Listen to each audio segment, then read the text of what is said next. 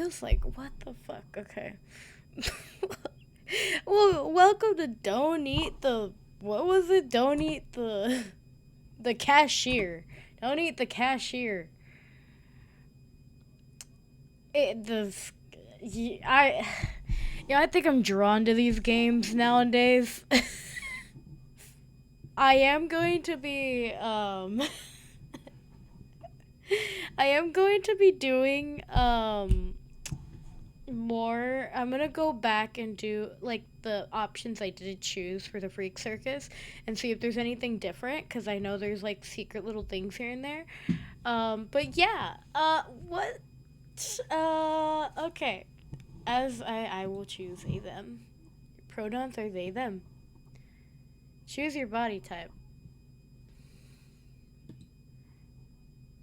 1, 2, 1.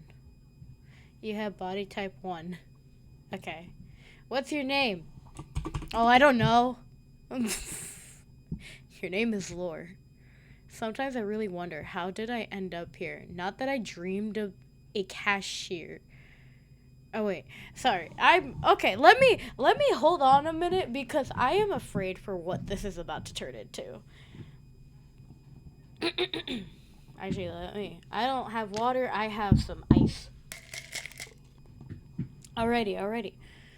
Sometimes I really wonder, how did I end up here? Not that I dreamed of a career as a neurosurgeon or an astronaut, but for crying out loud, working at a gas station, on the other hand, money is money. I sent out resumes to every conceivable and inconceivable place, applying for every position where I could somehow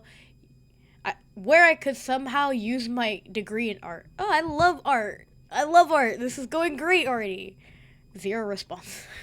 Sounds about right with the day and age right now. I had to swallow my pride and find at least something. I found this note stuck to the glass of the bus stop. Human organism wanted for work at gas. That should be a warning sign already. Human organism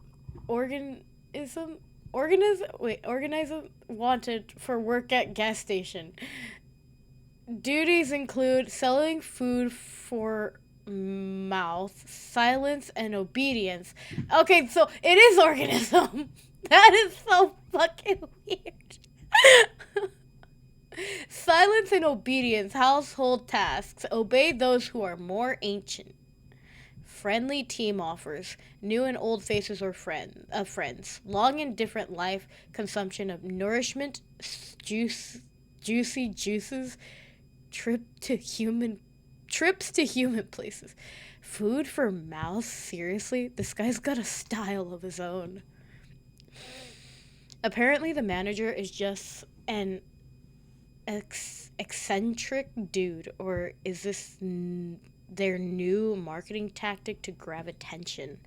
Whatever. People often told me that I have my quirks too, and that's even if they haven't seen my first. Why do we have a fursuit? Whatever, as long as he's not a complete jerk who hits on me or makes me scrub the floors with a toothbrush. Why did you go here again? Why did you want to sign up for this?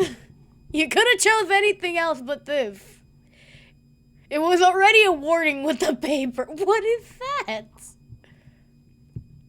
Why is there fucking gnome? Okay, can we... I just watched the Destroying a World That Doesn't Exist, and the eyes are already getting to me. I didn't scream. I couldn't move.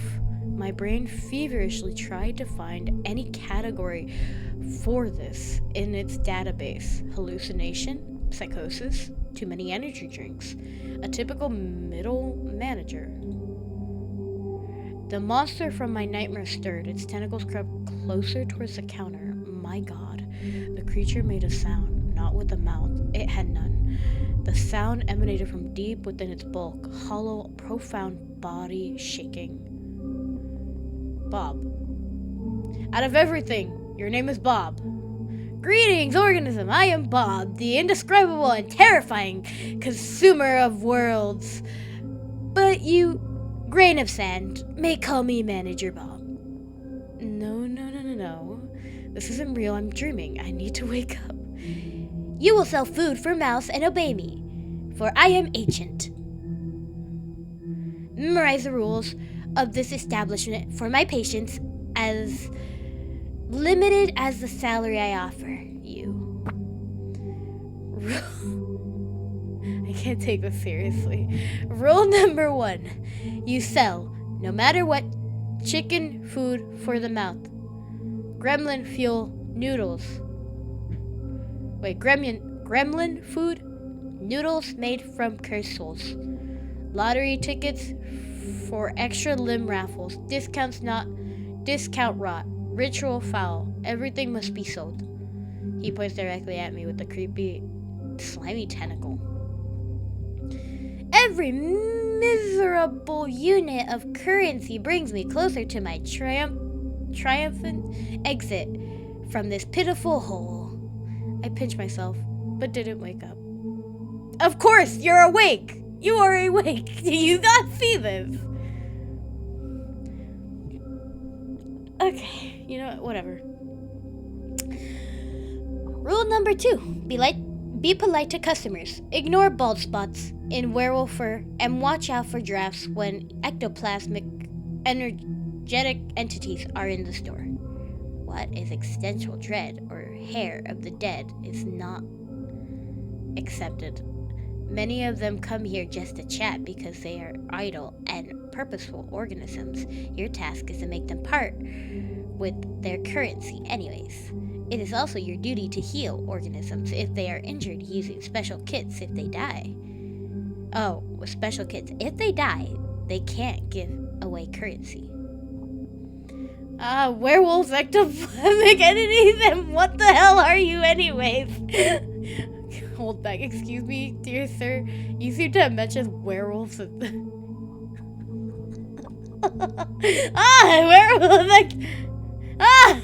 It seems like all the jars of mysterious context started to shake because of my despair. At last, a human being who knows the proper greeting protocol. Your vocal outburst demonstrates a high level of respect for the hierarchy. Your predecessor, Kevin, just mumbled an unsanctionably extra tear fluid. What? Werewolves and ectoplasmic entities are just few examples of the many insignificant life forms that frequent this establishment. What unites them is that they are all slaves to consumption just like your kind.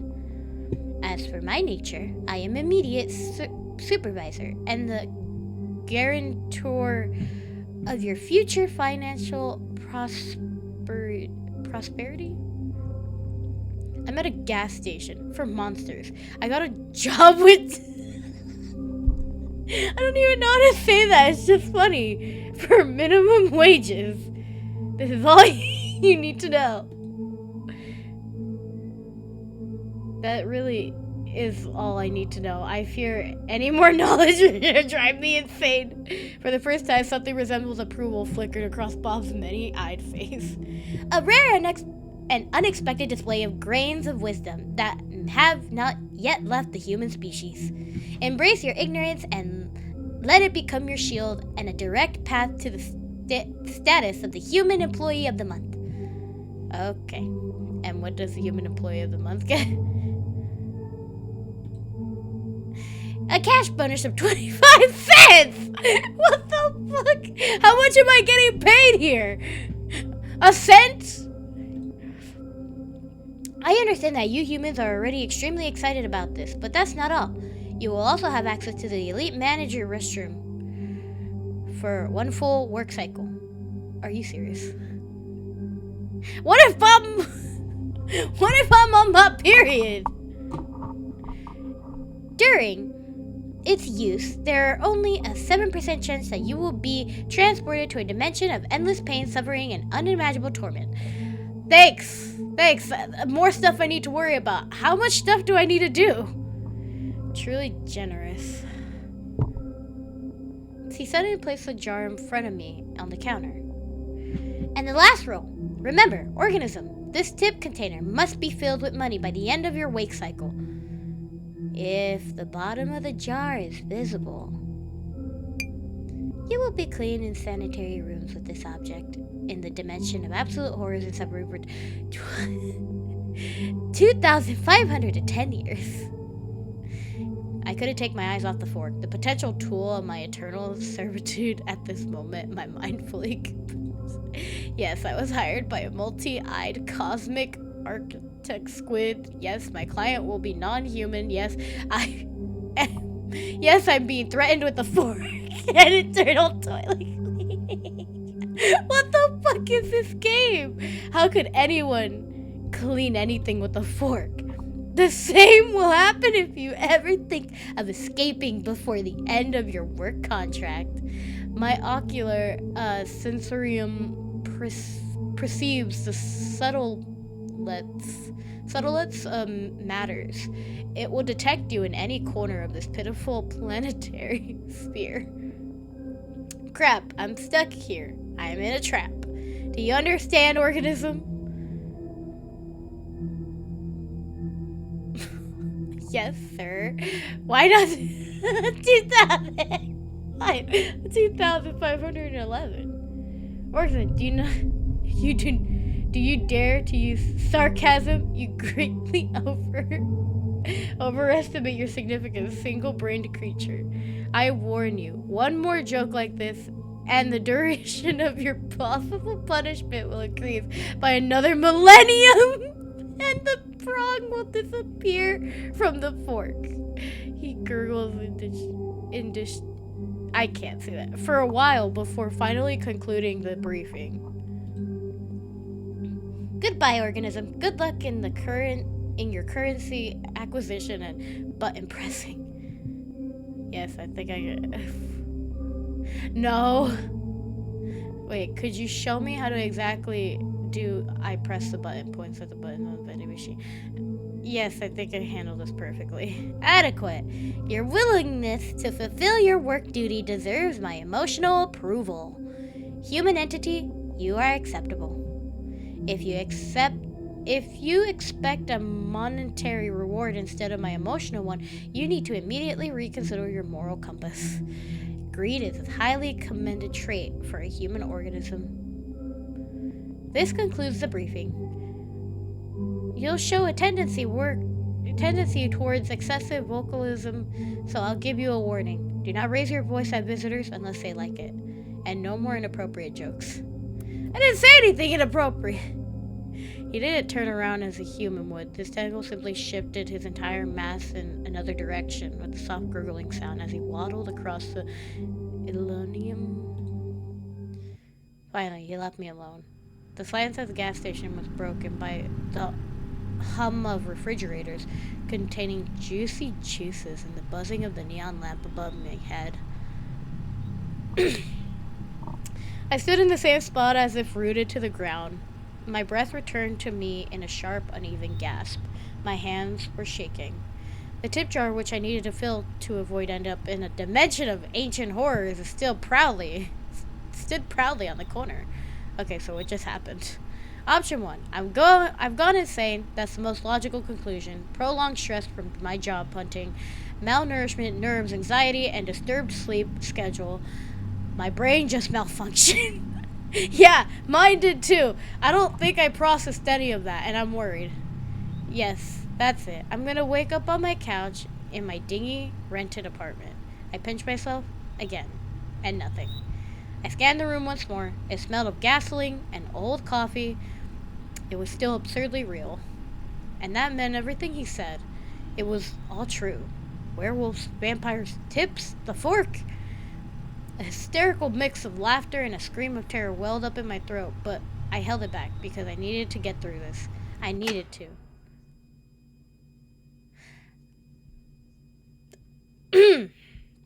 Yeah, I need to get through this. Oh no, don't tell me that's the first customer. Wind chimes? Wind chimes? Bell? What the hell? Oh! Oh, Jesus. I just played Freak Circus. I don't need another clown following me. Where the hell did this clown come from? It took great effort not to look away from those red eyes burning in the pitch black darkness. Is he amused? Is he wondering if I'm tasty? Bob didn't exactly give me any guarantees that I wouldn't get devoured at work. Hold on, I need to turn this music down. I actually need to turn this down. This is really loud. Okay, load up. Let's go back. That is still loud. Holy crap. Is he amused? Is he wondering? Okay, I already said it. My brain, still recovering from the encounter with Bob, was frantically trying to figure out how to break this ringing silence. You can't just appear with the sound of the creepy piano, sir. Isn't it strange that I work at a gas station for a couple of bucks, yet you are the one who wears the jester hat? Good evening, sir. What would you like to please don't need me. I'm just a miserable, tasteless cashier. Purchase? I would like to purchase your attention. I suppose that's free. It's sort of included in the service package. I suppose it's free, but only free. You're lucky, esteemed sir. You're lucky, esteemed sir. My intentions is on sale today. I'm not sure. How do I respond to this? My dear, what a charming, naive idea. Nothing of value is truly free, especially when it comes to such charming, modest soul. However, I'm not one of those who thinks modesty benefits anyone. I believe it needs to be fit on, like trousers, which is my least favorite piece of clothing. Excuse me. Let's consider it a special gift for a special client. Judging by the look in your eyes, you're first. I don't even know what's better, this guy as my first customer or ectoplasmic entity or ectoplasmic.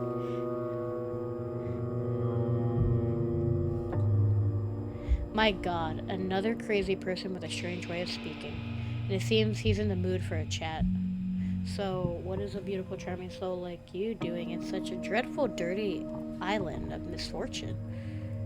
Or rather, what is a place like this doing with such a charming soul as you? Oh, wait.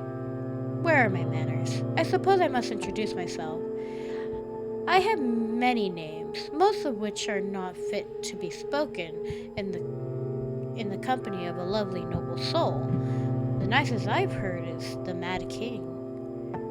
A title I plan to pass from me to myself for the coming centuries. However, my mortal mother named me Dirian. Dirian? Now, may I have your hand? He bursts into genuine blooming laughter. Your mother was truly a wise woman, a masterful stroke of self-preservation. I haven't been rebuffed so delightfully in, well, at least a century. Others prefer to use enchanted swords and pitchforks. They forget that words can wound too. But perhaps I could still melt your heart. I have an eternity for that. Literally. May I know your name? God, I don't know. What the fuck are with these questions? My name is Laura. I'm also a monarch. The monarch of the gas station. My name is Laura, sir. I refuse to reveal my true name. Demons always do terrifying things with them. My name is Laura, but my friends call me Big D, or they would if I had any. A monarch, your majesty. Forgive my outrageous ignorance. I did not recognize a sovereign of this noble kingdom of oil and discounted juicy drinks. You are a monarch with a wonderful sense of humor, as am I. There's nothing better to subject than rulers who appreciate a good joke. Many believe that absolute power makes a ruler's sense of humor more sadistic, but as far as I'm concerned, they just never have a good entertaining time impaling people. I humbly bow before you, your majesty of the midnight shift. Sorry, I didn't send envoys ahead. About our selection. Ah yes, the royal treasury. I am Index, exchanging silly jokes with some mysterious, toothy entity as if it's nothing. Maybe it's just maybe I just adapt to this new profession really quickly? Or perhaps I had a stash of nerves of steel in a bag. I can't shake the feeling though that this clown is about to explode himself or blow me up. I feel like my brain is turning to jelly. And I don't understand when we'll finally get to the point. Actually, it's not all that bad. No, it's not that bad right now. I feel like he just wants to talk. If it starts getting worse, then maybe maybe I've just been spoiled by all those magas about sinners and tragic monsters. Though the only tragic thing about this client so far is his tragic unwillingness to buy my discount rot. So, let's finally get to the purpose of my visit. Finally. It's completely unknown to me. Oh, for crying out loud. There's nothing interesting in the assortment of this pathetic shack except for you, so I'm buying your time. Let's have dinner. I'm sure you must be hungry. Oh no. Allow me to create a more pleasant atmosphere. What the fuck? A shiver of gust of icy wind. He just teleported half of my gas station to a radioactive dump or radioactive dump of my gas station. And the jar is gone. My freaking jar.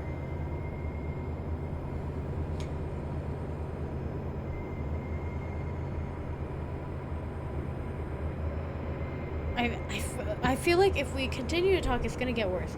And I feel like if we don't get the jar back, okay, we need that jar back. You really don't like change, do you? But life is ever changing. Life is not a stone, my dear. Life is water. But since you don't like this current, so be it. Let me find us something else, populated with mutants. I can't go long without familiar landscapes. Already ruined lands make me melancholic, because all the fun had happened without me. Disgusting.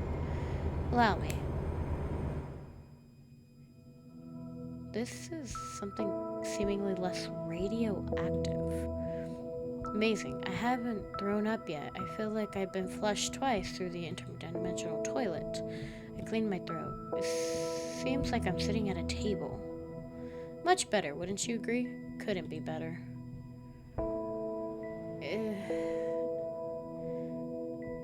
It's beautiful, strange. Is this your home?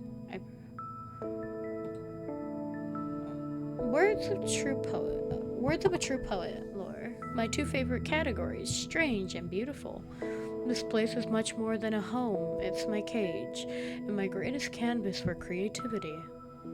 Every ugly tree, every mad toad, every eye-bearing mushroom, it all a piece of me. A marvelous place, except when the rocks grow legs and start running. Including those that people make their homes out of. And now you're part of this place too. Isn't it wonderful? I'm slowly getting used to the landscape. The fireflies here are quite charming. But it'd be better without that frog with the human face. Oh, that's what they're talking about. The frog noticed me too. It let out a sad croak and then looks at me with an expression of deep existential despair.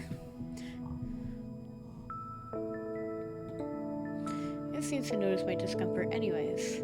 His gaze follows mine until it lands on the strange frog. Seems you noticed my pal, lore. I don't see any lore. Wait.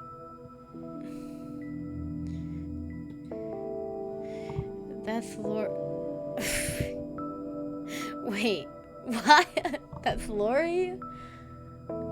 one of the brave souls who dared to challenge my authority, my dear friend, who once walked the path of adventure. However, he didn't foresee the possibility of being turned into a frog on the whim. He even tried to wield a sword with his tiny froglets, fought to the end, a true warrior. Now, however, his foe are mosquitoes and bigger frogs. Tell me, dear, does he bother you? Little fuck me! I'm not saying that. Is it ruining the ambience? He looks at me with no. I mean, it looks like it fits in. You don't mind? Excellent. I think he really sets the tone for the whole clearing aesthetically. Yeah.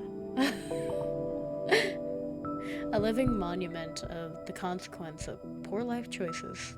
Lori, did you hear that? The noble grants you to stay of execution. You may continue your pitiful mosquito-infested existence. So, dinner. I'm sure you must be starving.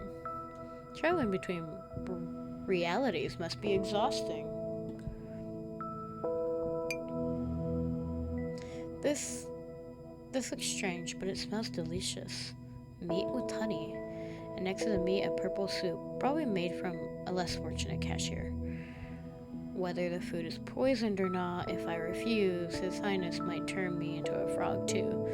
Pick up the fork from the table, and this is the most delicious thing I have ever tasted. It's 100 times better than these cheap instant noodles I usually buy from the super. Hey, I like cheap instant noodles. Even the fact that I'm currently in some other universe surprisingly doesn't seem to harm my appetite.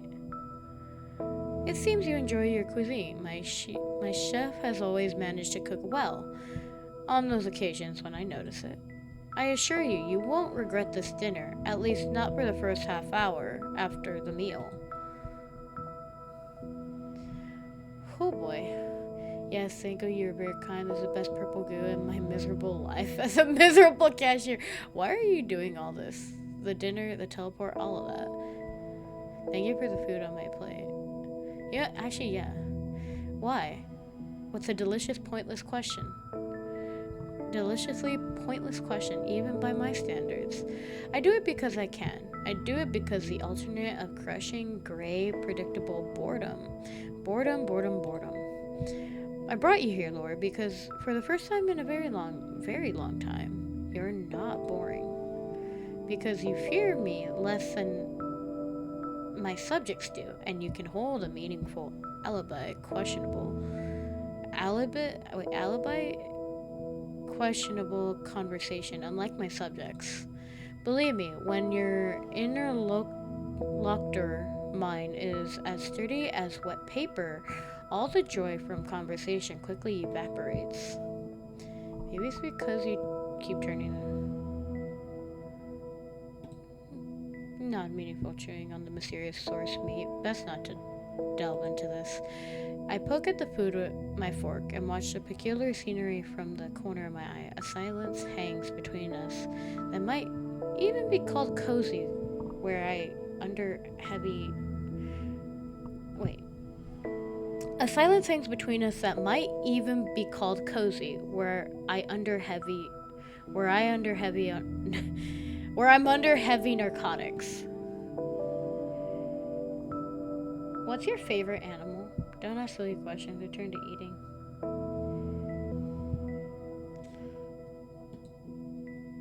Glad you asked. It's right here on a plate. Just kidding. But I do need some time to think. Let's see. The riding flea has its own charms, very disgusting ones.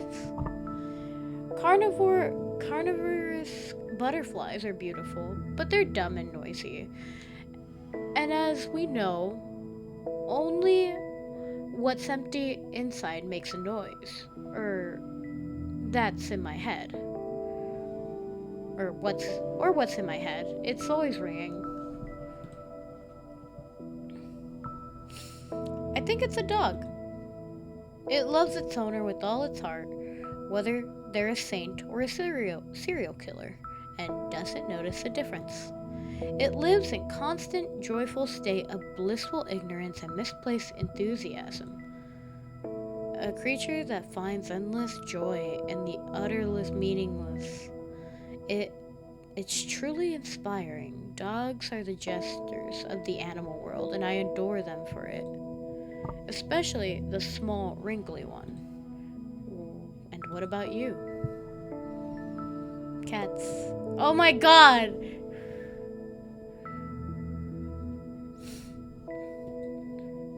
A secret from me. How wonderfully teasing. A little locked box in your mind, and you won't give me the key.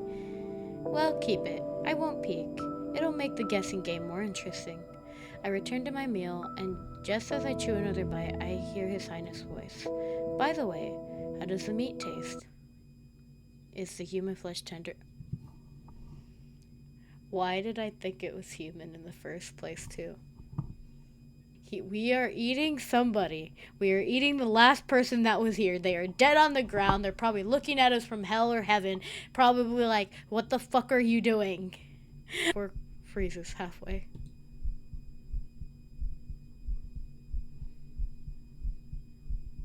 I can't lie. But I guess we can make it seem like we like it because it feels like he would like that. You know, I'll do that. And while most nobles would faint or have a fit, you mind your manners. Charming. But don't worry, my little polite marble statue. It's just venison. As far as I can tell by taste, not very intelligent. It's definitely not Timmy, our carpenter, who unexpectedly disappeared near the large kitchen cauldron, perfectly sized to fit in it. Definitely not. I personally issued several decrees related to cannibalism, perhaps even concerning its prohibition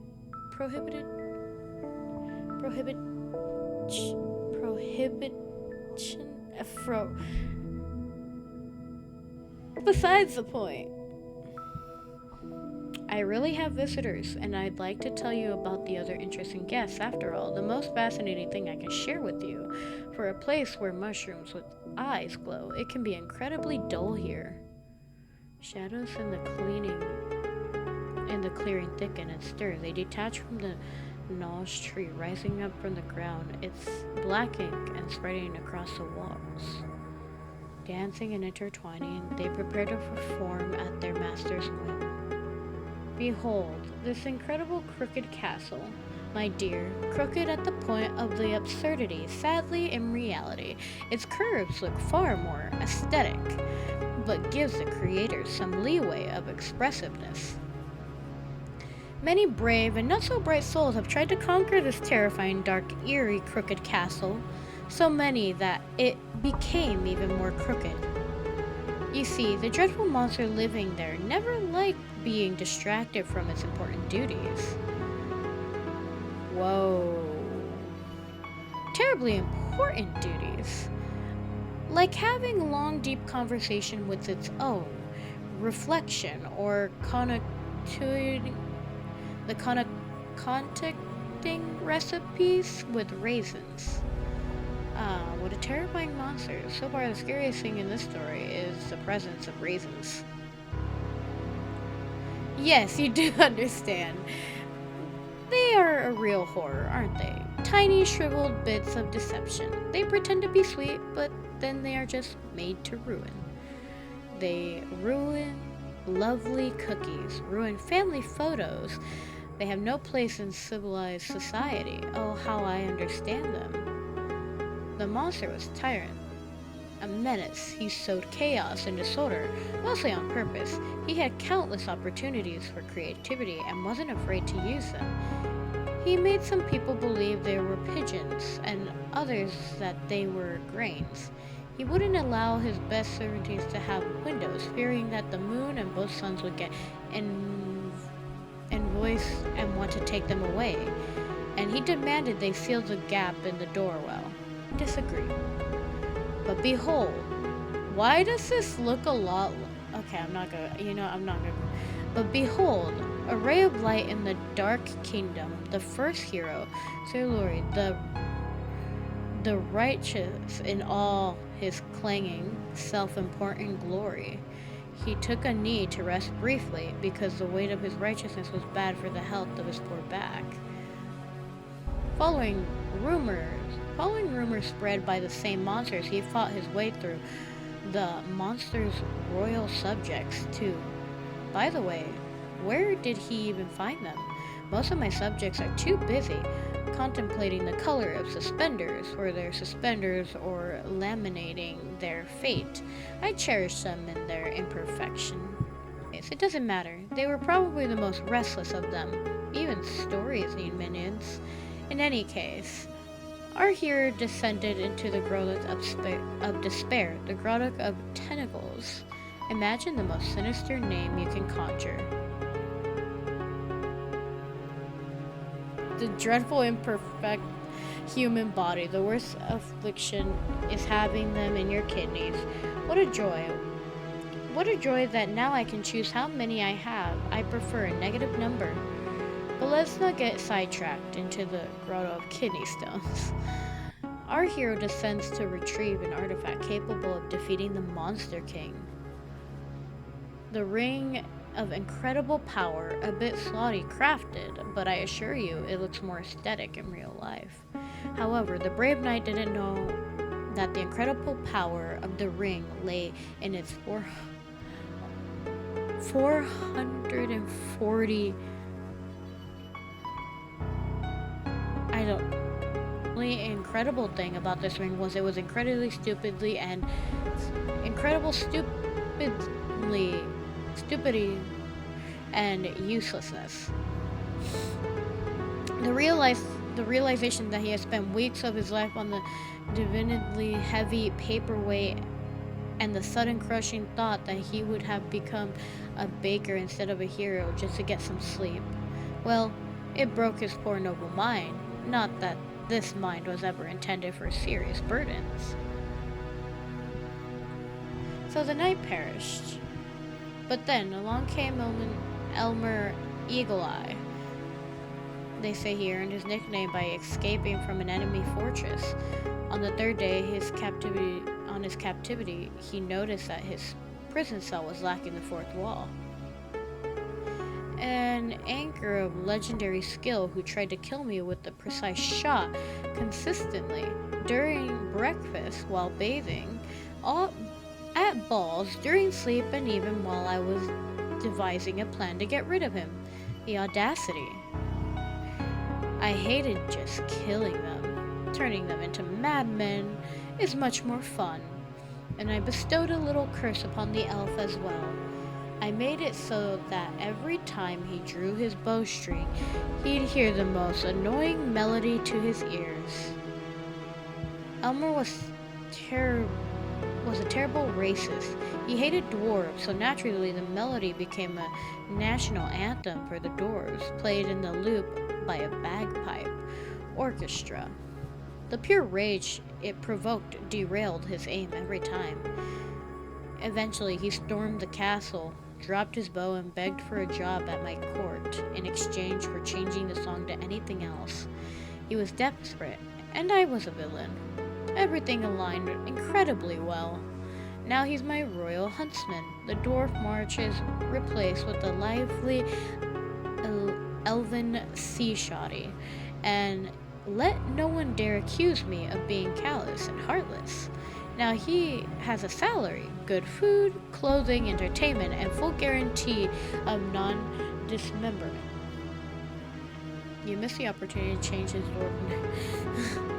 A happy ending, right? For me, absolutely. I never had such a good hunter in my life. I never quite figured out where he'd get all those species of animals, but no matter. And finally, the witch, in a classic giant hat under which you could easily fit another witch. She tried a different approach, seduction. She attempted to charm me, to gain my trust, to become my spouse, a fatal miscalculation. She didn't consider the fact that I never trusted big hats, or people, especially when both come hand in hand. Oh. and those who wear suspenders and a belt at the same time. A person who doesn't even trust their own pants certainly doesn't earn the trust of His Highness. Then again, I don't trust His Highness either. I don't trust myself, especially the left side of my brain, especially on Thursdays. But back to hats. You are a kindred spirit. Those hats are so pretentious, so self-asserted. They block the view, get stuck in doorways, and always hint that the wearer is compensating for something. Usually the lack of magic talent or a pitiful personality, and that's on a good day. You, my dear lord, you have impeccable taste in headwear and I can't say that, in everything else. It's a scientifically proven fact. Meanwhile, the witch was quite overturned in her murderous intention, jingling with all her concealed weapons. Why does a witch need so many hidden blades? She must have been very bad at witchery. In any case, she now resides in my dungeons, and you see, I haven't decided what to do with her yet. Her fate is a blank slate, a story yet to be written, so I offer you the pen. I simply adore random choices. Give me yours, Lord. What punishment benefits her? What? Does he really want me to decide what to do with the real person? Can I even save her? And does it matter what I choose? Everything here follows his whim. Anyway. But as long as I play the circus monkey, I have a chance to get out of here alive. Maybe I should just entertain him? Damn, what should I do? Refuse to say. How incredibly disappointing. You offer a blank canvas to another existence, a chance to paint a masterpiece of suffering or a comedy of errors, and you chose not to pick up the brush. You choose dullness and boredom. If that's your quiet harbor, my dear, so be it. I'll decide what to do with the witch myself. Something's missing from this tale. You never told me about the monster itself. I suppose that's the end of the tale. Indeed, it was a delightful story. I have hundreds more, of course, but these were the first that came to hand. The shadow finally dissolves into nothing. What happened to the witch? Anyways, did I harm her by doing nothing? Alright, to hell with it. I should be worrying about myself first right now. I'm afraid royal duties await me. Our time is up. I shall send you back, Lord. The jar is full of money. It was all worth it. Greetings, organism. How is your work progressing? Oh, not bad. Just had, to go through 2-dimension or places and, talk with this weird guy talking about how he's I don't know. I know. I don't know what I just got myself into. One moment, I'm in a surreal forest, dining on purple goo with a mad god. Next moment, I'm being praised by a multi-eyed tentacle monster. It sounds like my worst nightmare, but also doesn't. Maybe they are all just my deathbed hallucinations. I'm going insane. Some part of me enjoys these mad adventures. I'm an adrenaline junkie. Disgusting. Now I have to deal with that too. In the midst of my contemplation, terrifying sounds emanate from my boss's office. Unfair bills, unacceptable large numbers, of course. What else could upset him so much if not that? Steps. Another visitor. This one decided to come in through the door for a change. Thank God. Never mind. No. Turn around. Go back. He seems unwell. I hope he doesn't knock over my shelves or shampoo with the jojoba oil and delicate lilies on his way. Okay, what happened to you, Jesus Christ? He's not just unwell. He looks like hell. You think? Literally, all the skin on the left side is torn off of his jaw to his temple. I swallow nervously. What kind of meat grinder has this guy been through? He looks like someone who could rip me apart if he doesn't like what he hears. I need to be careful if I don't want to become the next victim. Well, it's hard to imagine how the other fighters look.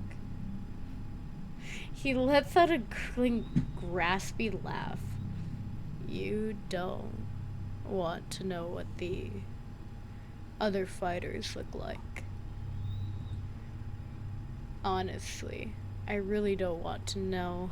My inner archive labeled "I don't want to know this" is at risk of bursting from overflowing tonight.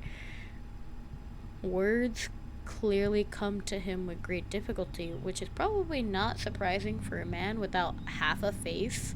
He clears his throat, but that doesn't help much. I need blood. He tries to smile. It would be charming if he still had all the necessary muscles for that. Now it will haunt me in my nightmares, among other things. No, I'd give him a pass. I'm actually saving this part. Now this guy, he looks kind of, I'm not gonna say it. No, I'm not gonna say it. He looks nice though. He's not that damaged, and I kind of like it. If you don't stop annoying me, no fucking transfusion will help you. He suddenly leans forward, boring me with his remaining eye. Go and find me some goddamn blood. God. Okay. Alright. I don't know why, but I feel an incredibly strong urge to find blood right now. My client is covered in blood, but still hungry. Maybe he bought with something inedible, or is it his own? Found myself in the storeroom, a tangled labyrinth of shelves reaching up to the ceiling, stuffed with boxes, crates, and mysterious cans. In the corner, something else on the snoring suspiciously. So where could the blood be? I need to think fast. He's not gonna wait forever. Right now, I'm at the very beginning of this crazy place, surrounded by pure madness of anxious packaging, and even in front of the department entrance there's some baby food for cyborgs piled up. I'm frantically trying to decipher the crooked inscriptions. In front of me are sections with food for mouths. Dense energy block for chewing, infused nutritional flows, food afraid of heat. Here are endless shelves of drink. Next to Cocoa are endless labeled liquid regret and primordial broth, now with nucleotide. Canned labeled brass with vodka, so I'd love to make this who came up with these names. I checked the shelves aside cans, essence of shits and giggles, but find nothing resembling blood. The closest liquid is the hematoin in a giant wooden container. It smells worse than it looks. I go back. I hear knocking. It's a dry, rhythmic tapping of knuckles on the labyrinth countertop. It's not loud, but persistent and full of irritation. In front of me are sections with foods for mouths. The coldest corner of the store, large freezer chest and refrigerator with glass doors are covered in frost. Next to the frozen pizza are gremlin cryo capsules, and among the buckets of ice cream you can find flavors like minty trinthum and liquid family. Oh my god. A huge freezer chamber. Spare parts of human organisms, product of animal fauna, including improved pieces of matter of lesser life form. Humans? Okay. I am so gonna die. We'll take Kevin. I don't even understand why this is but this blood looks profoundly sad. It probably tastes sadder than it appears. He abruptly lifts his head as I approach. You could have hurried up. He grumbles, but his tone reveals that he feels relief. The search could have taken even longer. Now hand me the damn blood. I've drained the jar with Kevin as he pulled it away from his lips. A strange expression crossing his brain. Frowning, he peers at the label. Oh, you're just a poor, sad bastard, Kevin. I've never drunk anything more pathetic in my life. And believe me, I once devoured a low-level office worker. The guy, dreamed his whole life of being useful to someone, but in the end, he turns out to be as useful as my snack. So, did his dreams come true? Ha, look like it. So, I've drunk the blood of a virgin for the first time in my life. Honestly, it tastes worse than the usual stuff. I don't get what all these old timers are so obsessed with. Cool that you found human blood. Good job. You're sharp. Glad to please you, sir, and I'm glad you no longer want to. Feel free to ask. It took longer to get to the rat. Feel free to ask. He gives me a crooked smile from his newly restored rogue-like face. I'm going to wash my dirty face. Don't get bored. While he's not here, I have a perfect opportunity to wipe the bloodstains. I'm doing just fine. Nobody has eaten me. See? Oh my god, wait.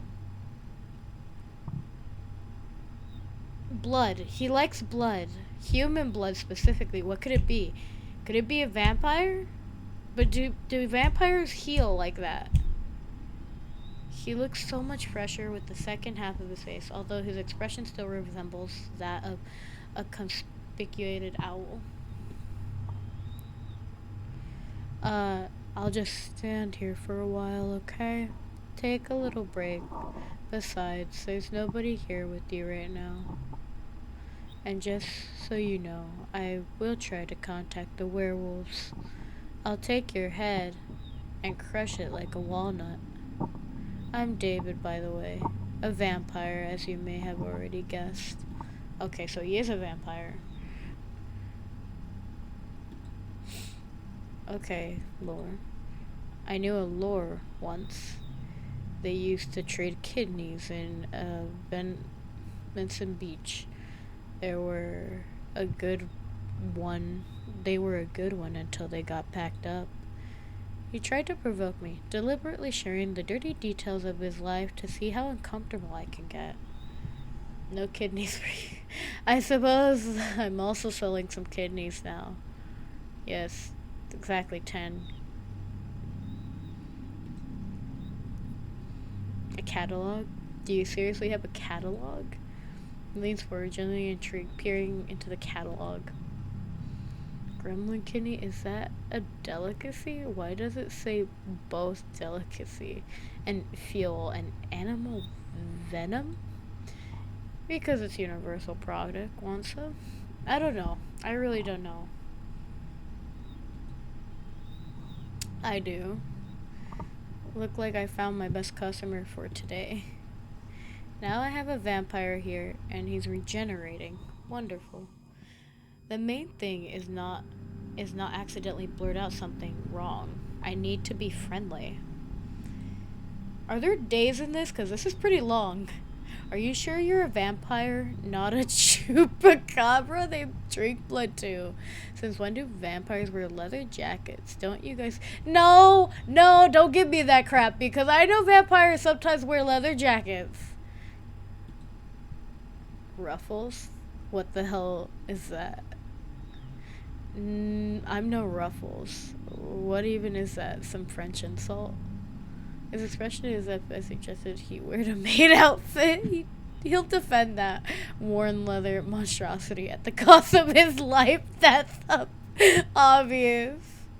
Ruffles are not just a piece of clothing. They are concentrated strike right at the core of his cool vampire persona. I don't wear any ruffles. I'm just 24 years old? And how long have you been 24 years old? Ruffles are the embellishment of a blouse, dress, or miniature in the form of a frill made of fabric or lace. No ruffles. Yeah, let's give him that. From the look on his face, it's clear he didn't understand a single word of that. Ruffles are like lace bib for adults. I wonder what grade did he drop out of school. Not quite. You do realize I didn't come here to listen to a lecture on fashion from from King Arthur, right? I barely managed to stop myself from going on about how it wasn't King Arthur who invented ruffles. Damn mutts. Probably not all the wounds have healed completely. And does being a vampire doctor fall under my duties? He looks at me skeptical. The offer of help is probably so foreign and unexpected to him that it leaves him momentarily dumbfounded. You. What? You want to play nurse? A flicker of confusion is replaced by something more intense. It's just a couple of scratches and little pieces of ass that will grow back on it own. I'm fine. Because I think he doesn't like the mention of werewolves, so I'll say that. Afraid? I'm not scared of anything in this life. I'm the most fearless bloodsucker in the world. I'm not afraid of some nurse with crooked hands. I've dealt with such crap that you... Wait a second. Are you trying to challenge me? I shake my head with the most sincere look of innocence on my face. Fine, damn it. Hand over your first aid kit. If another werewolf isn't hiding in there, I have no reason to worry. I decided to keep quiet about the very real possibility that there might actually be a werewolf hiding in there. I'm not sure of anything at this cursed gas station. Damn you. Go ahead. Get out your band-aid with Dr. or whatever you're selling. Oh, Jesus Christ, brother. Okay. I'm sorry, guys. I need a minute. Squeaky stool next to the counter. He's about to face a serious trial. Staying in a vulnerable position for a few minutes, for some reason, cruel fate hasn't made him claw-proof. He certainly looks like he was just thrown into a blender. Judging by those bullet scars, he has quite an interesting past, or maybe he was attacked by werewolf cowboys with guns. Most likely the former. By the way, I didn't know that corpses had doctors too. I thought the only doctor available to me now is the coroner. I'm rummaging through the necromance kit that was sitting under the counter. It's a heavy military-style metal box with a faded label reading "Kit for Alternative Living Organisms." Inside, besides standard bandages, are some strange items: silver tweezers, vials of thick glowing liquid, additional fingers, and of course an instruction manual, a cheap laminated brochure stained with something that looks like coffee. In the instruction, the first point stated, determine whether you are dealing with a zombie, ask your alternative living subject if they ever wanted to eat someone's brain. It is clearly not a zombie. Move on to the next point. At the picture flashing in the lecture as I flipped it over. Zombie, necromancer's abomination made of bone, flesh, and cabbage swirl in front of his face like a mesmerizing catastrophe. This is him. And all of this lives in the city sewers? I don't know how you're going to use bathrooms now. It would be great if you didn't notice that. Why do I have to deal with all this? I feel a glance at my visitor. I wonder if werewolves just clawed him up or if he managed to kill someone too. My instincts, something out of the Stone Age, suggest that he could have. The guy has a killer gaze. You see someone like him in an alley, your hand automatically reaches for your wallet and phone. I lower my eyes. Next point. Let's establish the nature of the injuries. What kind of wounds would werewolves leave? Simple. You got laceration, claw, teeth, and a bit of saliva, possibly very contagious. David listens to this with the pride of a true soldier. Every word feels like a medal for valor. Something like that. He said it as if he didn't care, but I know better. Stroke with ego at the end. Wounds for a real rabid beast, buddy. You really need to stop with these fights. They won't lead to anything good. Oh. Okay, you do that. I'm dying of laughter. He chuckled happily, trying to hide a glimmer of pride behind humor, but I won't be fooled. David is no longer just a wounded sucker. He's a true gladiator, having survived a battle with rabid beasts absolutely epic. I read through what medication I need to give the regenerating extract of the alternative living life form. Now, all that is left is to apply the stuff. I dip my fingers in the jar and suddenly you grab my hand. Do something wrong and I'll rip your tonsils out through your ass. What the fuck? Allow me to do my job, sir. I will be extremely careful. If you touch me, my boss will rip your soul out through your ass. You know, you have this fantastic talent for coming up with threats. You should write scripts for action movies. No way, I'm a pathetic, miserable, harmless cashier. The phrase of any faceless representative of service sector, my perfect shield against the surrounding world and the rude vampire that inhabits it. Watch yourself. You won't get a second chance. No, not my vampire doctor. No, not my vampire doctor's license. I apply this black goo to the wound. A puff of steam rises from the wound and the air starts to smell like something is frying. It's probably very painful, but David remains calm. Not a single complaint, which is surprising. I hope it's not from your squid manager. Yeah, I worry about that too. My movements become slow and deliberate. I do everything cautiously, barely touching the skin around the wound, allowing him to get used to the sting. I can see the tense muscles of his back and shoulders relax slightly. He's still wounded up, but relief is starting to wash over him. Oh. I kind of like him though, but I'm not into vampires like that. God damn it. You know, Data, every noble knight needs something to tend to his wounds after a great battle. What are you talking about? What knight? What battles? I fought in an alley stinking of urine against a bunch of dirty werewolves for territory on the outskirts of this godforsaken city. They tore my pants, and I had to take a new pair off a junkie who was lying in a puddle nearby. What am I?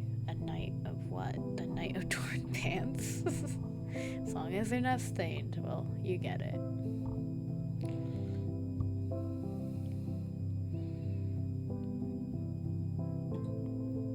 I get it. I just don't understand whether you've completely lost your mind or you're just very brave. Since I die, that's not a threat to me. Just so you know, I can only crap myself metaphorically. What a wonderful fact about vampire biology. My God, fuck! I can't watch someone suffer. Let's just say I have a certain fetish. Certain fetish, Jesus Christ. No, we're not gonna say that. Wow, God bless your noble heart. He shifts awkwardly. He's uncomfortable and unaccustomed to being the object of compassion, so he immediately hides yet another sarcastic comment. But what can I do? I feel sorry for every little kitten on the street sometimes. I feel even sorry for especially large, nasty, troublesome kittens. It must be tough living with someone like that, huh? I bet you have 40 cats living in your apartment, and all of them are strays. David reads me like an open book. It's amazing that he can even read at all. Thank you. What? Am I hearing things? I thought he didn't know such words. I'm even afraid to breathe, so I don't scare them off. Is rare, exotic display of politeness. He says that word as if he's pronouncing it for the first time in his life. I wouldn't be surprised if that's actually the case. Just a couple more seconds, and he's back in front of the counter.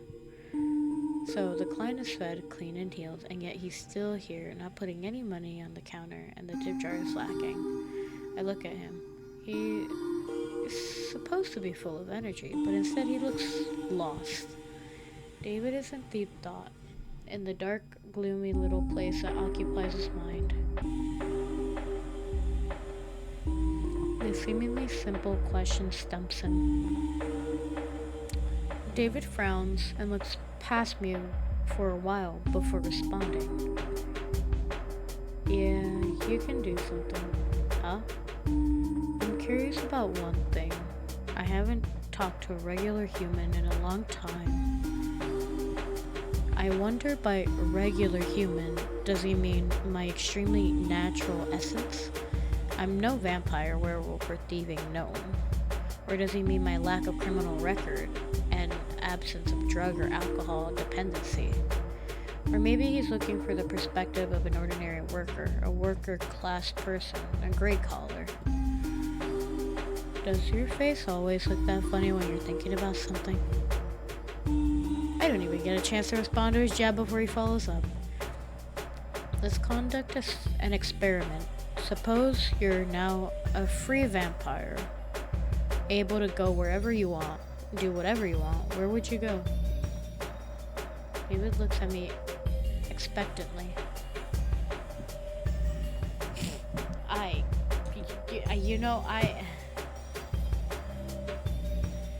Jeez, this music is loud. Hold on.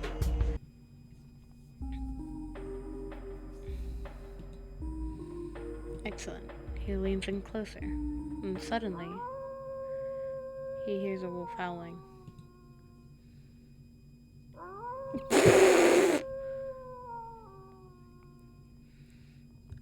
I don't even have time to blink before David vanished.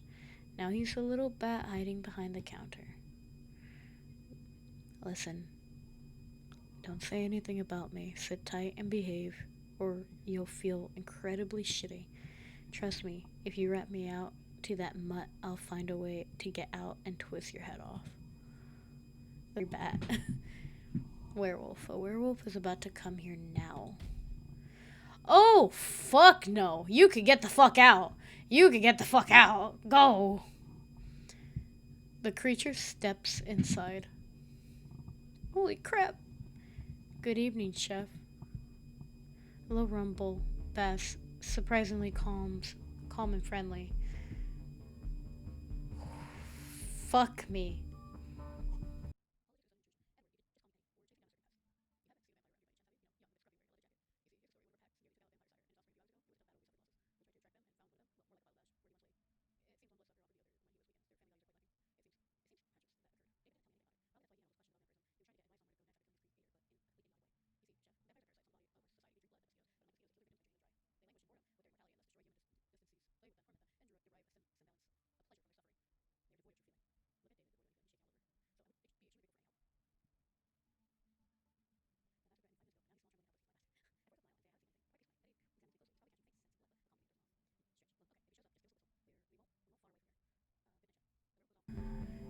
David crawls out from his hiding spot.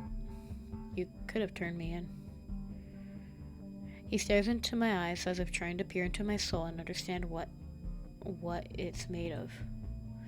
And that would have been the sensible decision, but I'm glad you're not one of those sensible ones, David says with a genuine relief in his voice. He's grateful to me now, and now doesn't quite know what to do with that gratitude. I feel like this really resonates with me, though. He chuckles. Fuck, excuse me, guys. Maybe you're right. The world isn't limited to this lousy town. He says quietly, almost to himself, looking out the window at the dark, empty highway. As if he just remembered there's something beyond his cage of alleyways and gangland showdowns.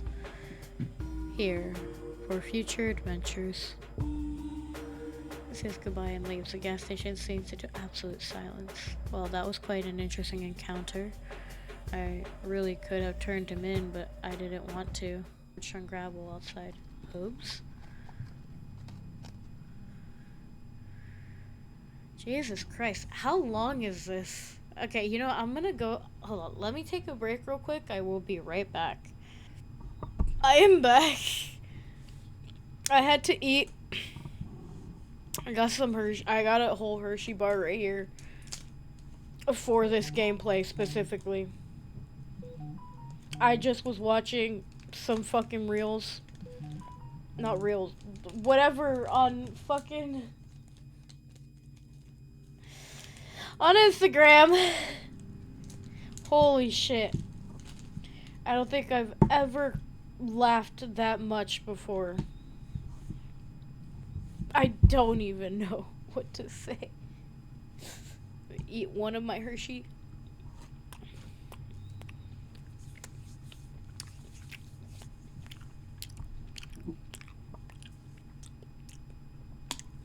No shit, Sherlock, this doesn't look like a vampire. That is what we call either a demon or something else, I don't know. Hi. He clears his throat. Hello, sunshine. My name is Victor. Aren't your parents pirates by any chance?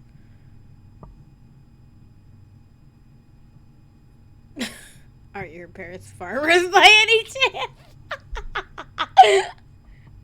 You mean, are they rich pirates who could pay a ransom for me if you'd kidnap me? Please don't, sir. Oh, God, no. His voice is...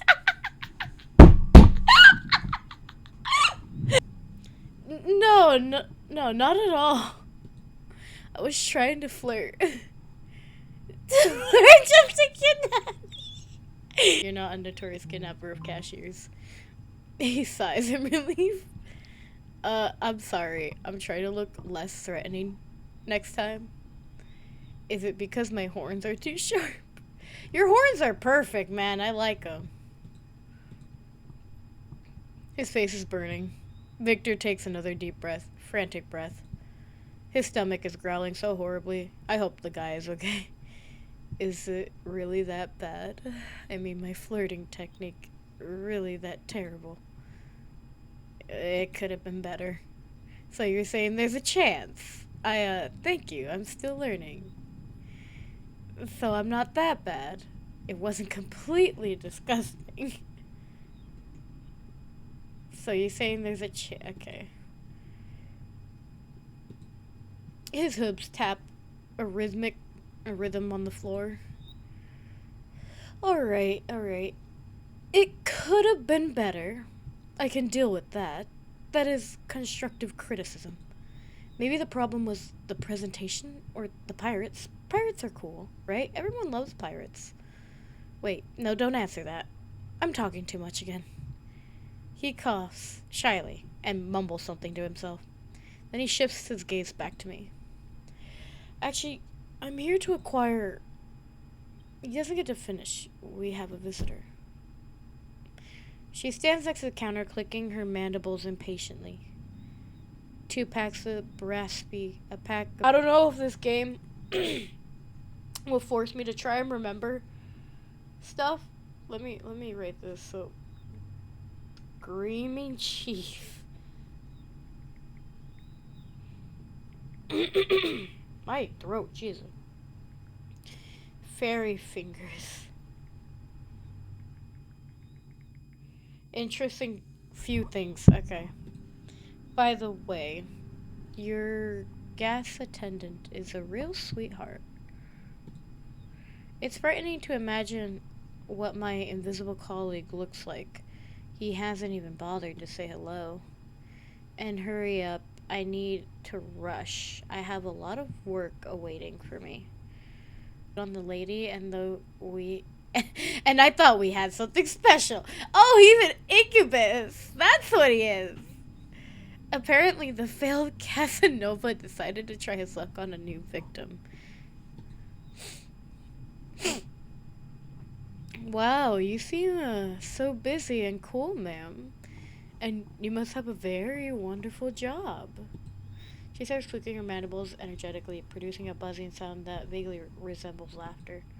Wonderful. Oh, yes, wonderful. Wonderful for those who don't like to eat, sleep, or see their children grow. Really the best job in all 9 worlds, speaking of children. Victor barely recovers from her sarcasm when the lady immediately pulls a wallet out of her bag and unfolds it. Over and over again. It seemed endless. This is Gura. He has his father mandibles. Victor gazed into the You got yourself into this one, buddy.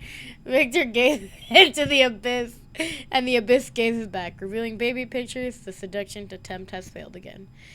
Like a mother, Lady Mantis loves her children and considers it her sacred duty to tell every passing incubus about them. Children, ma'am, all 20 of them, incredibly cute. That's just the first wallet.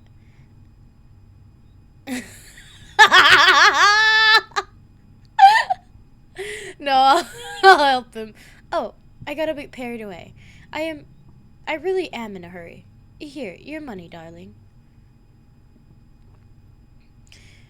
Victor watches her disappear into the night, then turns to me with a grateful look. Thank you. I couldn't handle 20 more kids, to be honest. I already broke down at the 8. And looking after a cat was hard. And I thought looking after a cat was hard. I need a book. A book, you say? What kind of book are we talking about? Because I know book talk. Oh, fuck me. I'm fucking horrible. Victor scans my stinking supernatural realm of discount raw and chocolate bars. Hold on, guys. My nose, my nose and my throat are not doing well right now, and I'm trying to get through this without having to constantly be back and forth and shit. Holy crap. Alright. It's a guide for, well, succubi and incubi. I can't remember what it's called, but I've definitely heard something about it. Could you take a look? It's definitely not for me. It's for my less experienced friend. Because I'm, a employee of the month in my layer. Such a shame. I should have just stayed home and rewatched Evangeline for the 10th time. I'm usually through the book section, deep in between the baboon metaphysics and limit of patience of your dead servants. I come back from the storage room holding this forbidden mind-bending treatise title. Everything you ever want to know about demons and everything you didn't want to know about them. Wow, this is definitely better than those PDF guides from various sites for, never mind, who. Clearly not for the whole family. Let's study it? Yes, it would be very unusual if you just paid me, tipped me, and moved along. I expect too much from this life. But in fact, this will be an entertaining educational lesson. It certainly won't be unnecessary. The guy looks like those pictures aren't enough to make him faint. The sooner this is over, the sooner I can send him on his way. Jesus Christ, you were fucking hot. Oh boy. And the pages, yellow and brittled with age, release a cloud of dust and indecent, horrifying desire. Incubi, the nature of the tempting rogue, hooves of desire. Tempting rogue. Oh, that's me. Yes, definitely me. Hooves are just like mine. You have no idea how awful they clop, especially on tile. When you sneak to the fridge at night, the whole house wakes up with you. Everyone thinks there's a big, clumsy cow living in your apartment. Yeah, I think you really are an incubi. They're all purple. You know, you look more like a sleep paralysis demon. Oh, you're right. All incubi really are purple. I thought my skin color was just some kind of coincidence. You know, like when you create a character in a video game and just spin the color wheel until you stumble on something weird. He gives me a cautious look, as if not entirely sure about the coolness of his purple hue. Purple is a lame color. I hate it. I love the color purple. Too bad. I'm not. I love the color purple. Too bad I'm not purple. Shrugs. I know what you mean. I wish I was purple. You by appreciators of the vibrant hues of the soul, they draw power not from blood or life force, but from pure, potent energy of mortal emotions. And although a refined bouquet and positive emotion is the preferred abrosia, what a fancy word. Practitioner can also sustain themselves with more coarse, freckled energies of negativity, despite horrors and humiliation provided a quick, alibi, unpleasant rush of power. It's no wonder that now, after an argument with someone in the comment, I feel like I've eaten a few raisins. Judging an incubus can elevate less effectively, form a symbiotic connection by feeding off a single consistent mortal vessel. The mortal vessel, in turn, can absorb some of the power from the incubus, among other things, their immortality. Wow, sounds like a decent deal. I certainly always had plenty of emotion, mostly hatred for the fact that to earn money, you have to work a whole mountain of raisins for Victor, or whatever he called it. What a relief, just one person. The thought of having to chase after a whole bunch of strangers makes me feel sick. Strangers are the scariest thing after rent. Right after rent. I love communicating. Well, sometimes. Yeah, I totally understand you. It's probably even harder to deal with clients like me. Trying to understand what people want from you is quite the challenge. It's like trying to play a game with the rules changing every 5 seconds. And someone has turned off your screen and you're paralyzed. Basically, yeah, I completely get you. I hand him a greasy, stained napkin like everything in this rotten place. The book says the convoy aching adoration and hint of forbidden desire. Psst, maybe something like this? Is it coming back to you? No, Victor, try again. I guess this really isn't the most achieving thing in the world. What about this? Marry me? Yes. Will you marry me? And the funny kitty, wonderful, that lonely, pain-filled tear is like the cherry on top. Yes, it's definitely better. Oh, thank you, Lord. I guess I shouldn't say that anymore. That's not a sigh of relief. So the key to success is adorable vulnerability. Got it. Less pathic. Pathic desperation. More cats. The difference is indeed subtle. Not everyone can catch it. To uncover the special nature of mortal carnal desires. He glanced at me. What does Vessel Lore want? Um, I guess if we're going off of the lore is my persona, basically. And I would say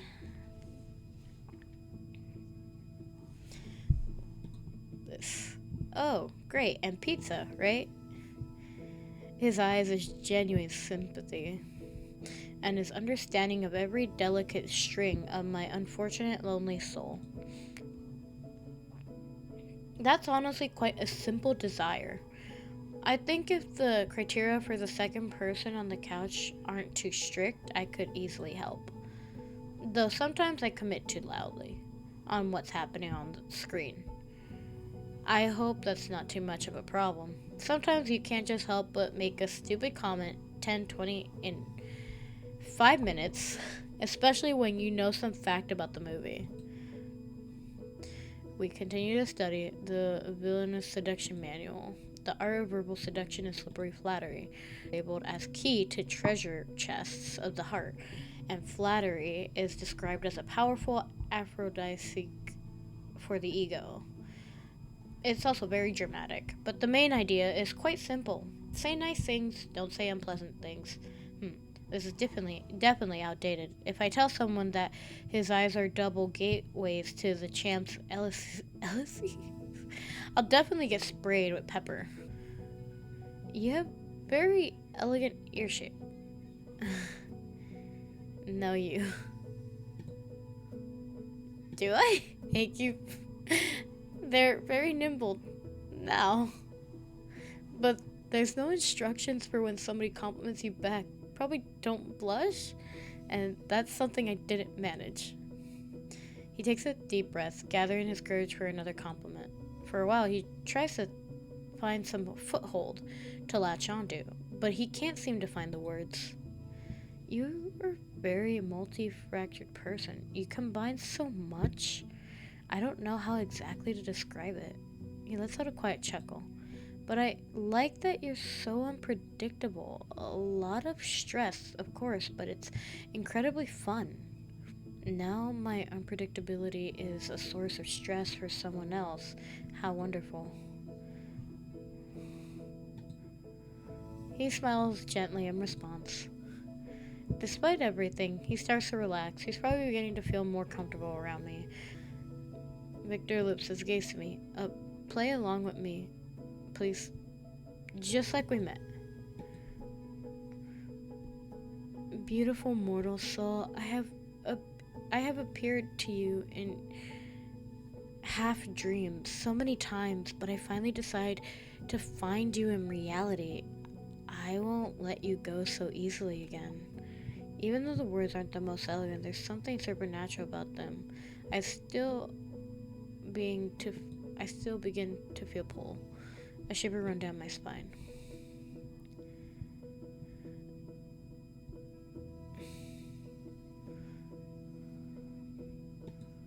Let's see what that happens. He moves closer. His movements suddenly become smooth and eerily graceful. The words this creature now speaks bypass my mind and penetrate straight into my primal part of my brain. I play along, but part of me realizes this isn't entirely a game. I'm a mortal being, and he's a demon from hell who came for my wretched soul. I know this is dangerous, mortal. That it's wrong.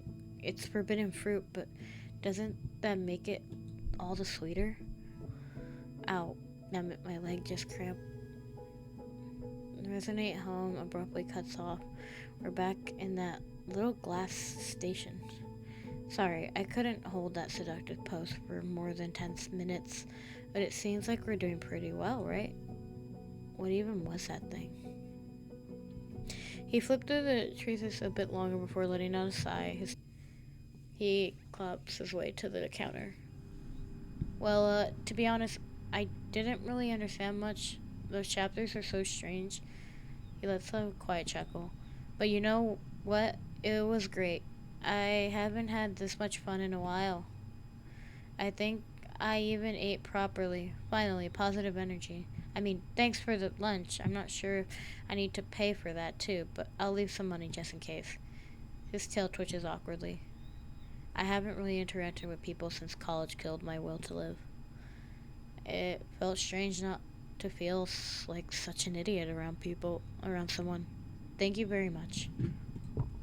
He tosses the money into the jar, then takes a deep breath and adds, and maybe someday we could, hang out together. Not a lesson, just some silly game like friends. Why not as friends? We can make it a date. Why not as friends? We could make it a date. A date? His tail started wagging wildly, knocking over 3 bags of chips, a can of soda, and a bottle of Gloomy D. Of course, I'm ready. He struggles to rein in the flow of enthusiasm and takes a frantic breath. See you then. Goodbye. Bye, Lore. Good luck with your shift. It was nice to meet you. The gas station returned to silence, broken only by the hum of the refrigerator and my own two loud thoughts. So a crazy god, a vampire thug, and a shy incubus walk into a gas station. Sounds like the start of a real bad joke. My life is now a joke. Just great. I just want to pay my bills. I didn't sign up for interdimensional quarrels and therapy sessions from the undead. But on the other hand, I wasn't eaten, and I wasn't turned into a piece of furniture by the standards of the night. That's a resounding success. I cautiously glanced at the door to Bob's office, where there was a low guttural hum like giant disgruntled computer towering was working inside. The clock on the wall indicated it was the end of my shift. With a heavy sigh of relief, I began closing up the place. Finally, I walked to the front door, inserted the key into the lock, and was about to turn when suddenly, organism! I jumped in place, nearly dropping everything. Already, your performance has exceeded all my algorithmic predictions by 47.3%. You are not just an organism, you are an effective, flawless machine for generating currency. I am feeling an emotion your kind describes as the managerial pride. If you keep up the good work, the positivity of receiving a 25-cent bonus will become not just a hypothetical but quite real. Go, organism, restore your energy, restore your energy resources and return for further exploitation. What a relief. He vanished as suddenly as he appeared, leaving nothing but ringing silence. I stood a few seconds processing what I heard, and I slowly turned the key in the lock. Click. First shift completed. I survived. And now I can do anything, which means we're gonna return home. No, I've had enough adventure for one day. The bus arrived surprisingly quick. I climbed onto the half-empty cabin and collapsed into the seat by the window. Outside, the walking city ruled by ordinary people heading to ordinary jobs, none of them selling discounts, raw, or fending off vampires. My pixie retreat never felt so homey and cozy. The familiar creep of the floorboards, the smell of dust, and cheap coffee all seemed heaven sent. I didn't even bother with dinner, just shrugged off my clothes and fell into my bed. Soft, familiar, free from tentacle and ectoplasm. No monsters or threats, just silence and my pleasant, nightmarish dreams.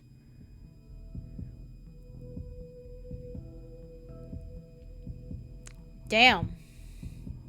Okay. Holy crap. Was Don't Eat the Cashier. I believe there are other options after that first one, so I don't know. I might go back and see what there is, but it seemed like I did a pretty good job. If you guys enjoyed this video, holy crap, hit the like and subscribe button. It really means a lot to me. And I hope you guys enjoyed this video of Don't Eat the Cashier. And I will see you all in the next episode. Bye-bye.